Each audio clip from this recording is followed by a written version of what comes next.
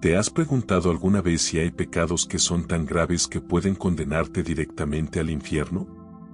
Muchas personas tienen ideas vagas o incluso malentendidas sobre este tema. Algunos creen que son solo los grandes actos, como el asesinato o la traición, los que nos separan de Dios. Pero, ¿es eso realmente lo que enseñan las Escrituras? Hoy vamos a sumergirnos en la Biblia para descubrir qué dice sobre los pecados que pueden llevarnos al infierno, y te adelanto algo, algunas respuestas podrían ser muy diferentes de lo que siempre has creído. Lo que estás a punto de escuchar no solo aclarará conceptos, sino que también te llevará a reflexionar profundamente sobre tu vida y tu fe. ¿Tienes alguna idea de qué pecados podrían estar en esta lista? Déjamelo en los comentarios antes de continuar, y al final, dime si tus pensamientos cambiaron o si descubriste algo nuevo. Quédate hasta el final, porque lo que aprenderás hoy podría transformar por completo tu forma de entender el mensaje de Dios y tu camino espiritual.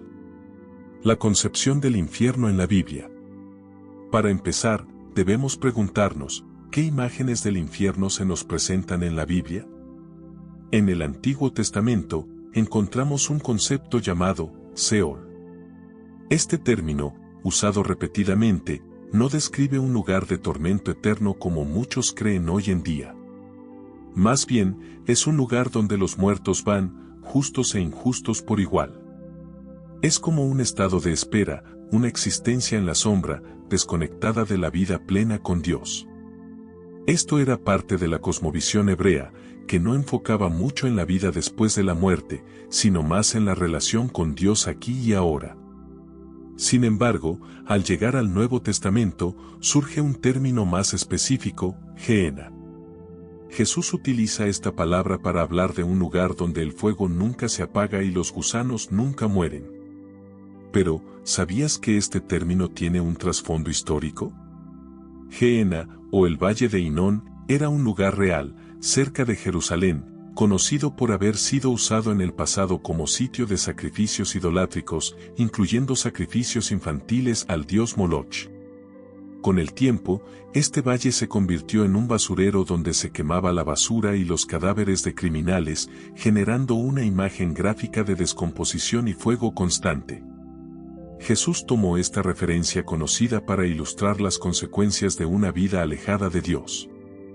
Pero aquí surge una pregunta importante: ¿qué tan literal es esta descripción? Algunos teólogos interpretan el fuego eterno como un símbolo de la separación absoluta de Dios, una existencia vacía y sin esperanza.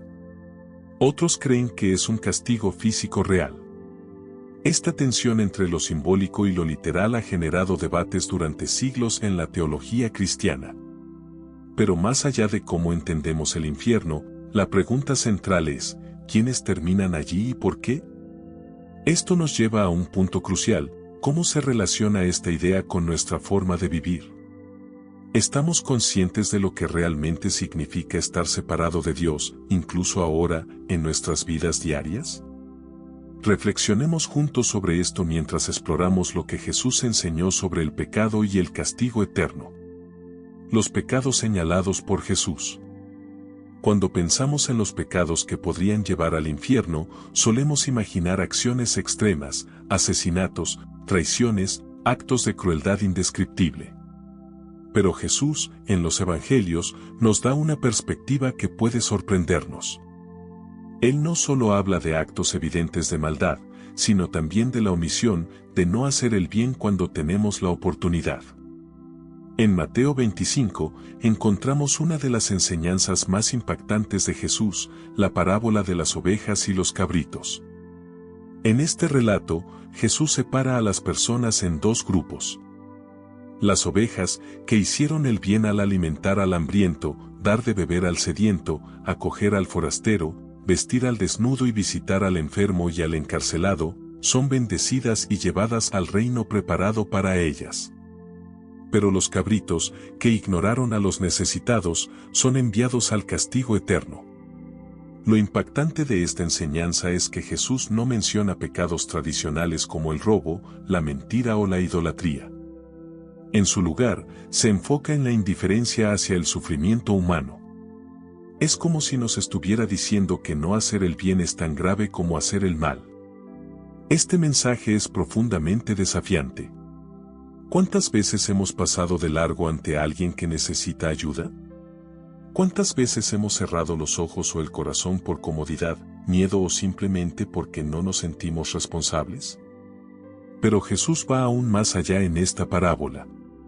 Dice, lo que hicieron por uno de estos más pequeños, por mí lo hicieron. Esto significa que cada acto de bondad o cada momento de indiferencia hacia los demás es un acto directo hacia Dios mismo. ¿Cómo cambia esto nuestra perspectiva de nuestras acciones diarias? Reflexionemos juntos, ¿hay alguien en tu vida que necesite tu ayuda y que tal vez has estado ignorando? ¿Qué significa esta enseñanza para ti hoy? Te invito a compartirlo en los comentarios. Este es un espacio para apoyarnos unos a otros en nuestro camino de fe. La lista de Pablo en sus cartas. Pablo, en 1 Corintios 6, 9-10, nos deja una lista sorprendente y directa: fornicarios, idólatras, adúlteros, ladrones, avaros, borrachos, injuriadores y estafadores no heredarán el reino de Dios. Estas palabras son contundentes y nos obligan a reflexionar sobre lo que estas acciones significan realmente. Por ejemplo, cuando Pablo menciona a los idólatras, no solo se refiere a aquellos que adoran imágenes o dioses falsos, sino a cualquier cosa que ocupe el lugar de Dios en nuestras vidas, ya sea el dinero, el poder o incluso nuestra propia vanidad.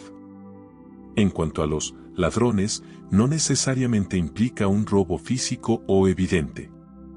También puede incluir el acto de tomar injustamente lo que pertenece a otro, como oportunidades, tiempo o incluso el crédito por algo que no hemos hecho.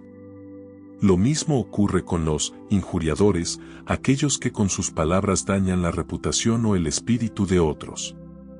Este pecado, aunque puede parecer menor comparado con los otros, tiene un impacto devastador en las relaciones humanas.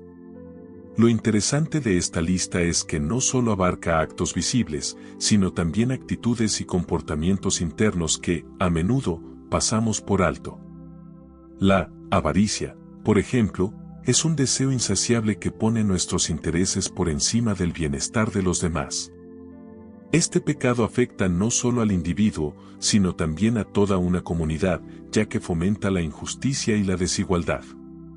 Pero lo más importante en este pasaje es que Pablo no termina con una condena. En el siguiente versículo, dice, y esto eran algunos de ustedes, pero ya han sido lavados, santificados y justificados en el nombre del Señor Jesús y por el Espíritu de nuestro Dios. Esto nos muestra que, aunque estos pecados son graves y tienen consecuencias, siempre existe una salida a través del arrepentimiento y la transformación espiritual. La lista de Pablo no solo señala el problema, sino que también apunta hacia la solución. Pecados menos obvios según la Biblia. Al leer la Biblia, encontramos muchas referencias a pecados que no siempre consideramos graves, pero que son igual de significativos a los ojos de Dios.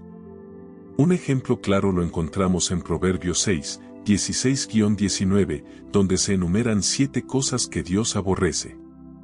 Esta lista incluye ojos altivos, lengua mentirosa, manos que derraman sangre inocente, un corazón que maquina pensamientos inicuos, pies que corren hacia el mal, el testigo falso que habla mentiras, y el que siembra discordia entre hermanos. Cada uno de estos puntos merece una atención especial. Por ejemplo, los ojos altivos reflejan una actitud de orgullo y soberbia. Es el tipo de pecado que no siempre se manifiesta en acciones concretas, pero que tiene profundas raíces en el corazón.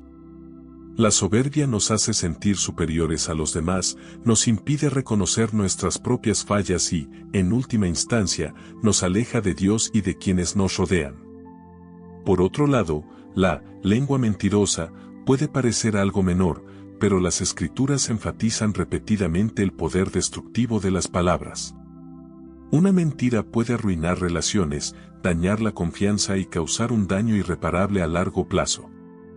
Y, cuando se combina con el testigo falso, se convierte en un acto de injusticia que afecta no solo a individuos, sino también a comunidades enteras.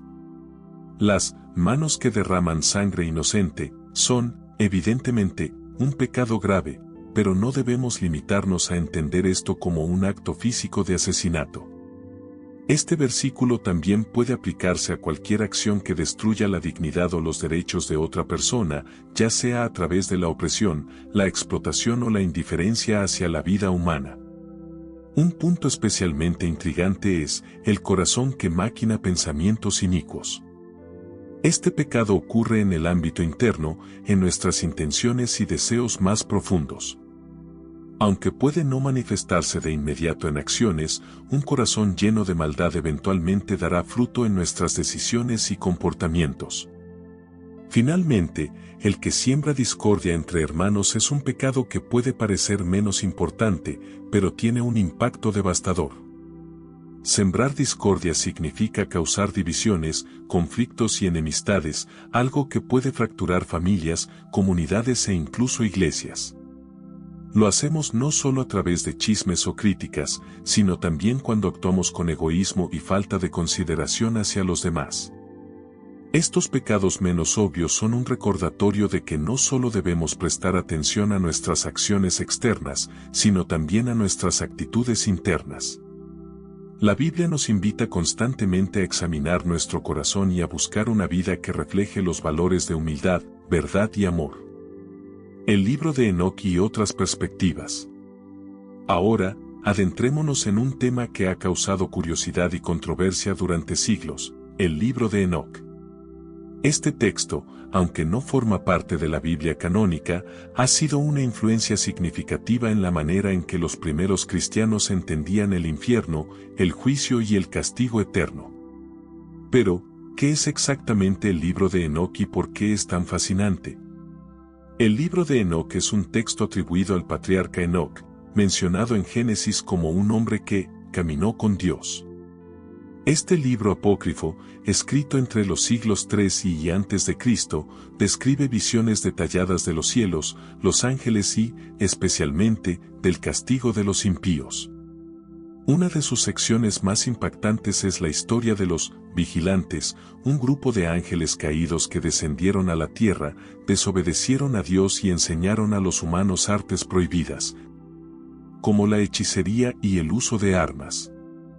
Estos ángeles y sus descendientes, conocidos como los Nepilim, se convierten en el centro de la narrativa del juicio divino.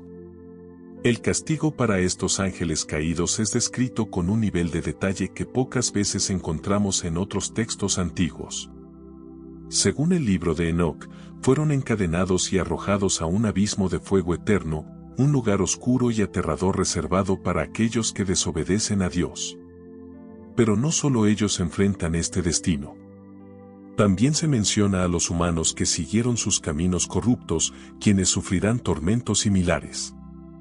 Lo fascinante de este libro es cómo amplía la visión del infierno. A diferencia de las referencias más abstractas en las escrituras canónicas, el libro de Enoc describe un lugar tangible de sufrimiento y justicia divina. Estas imágenes influyeron profundamente en el pensamiento judío y cristiano temprano, especialmente en la concepción del infierno como un lugar de tormento eterno.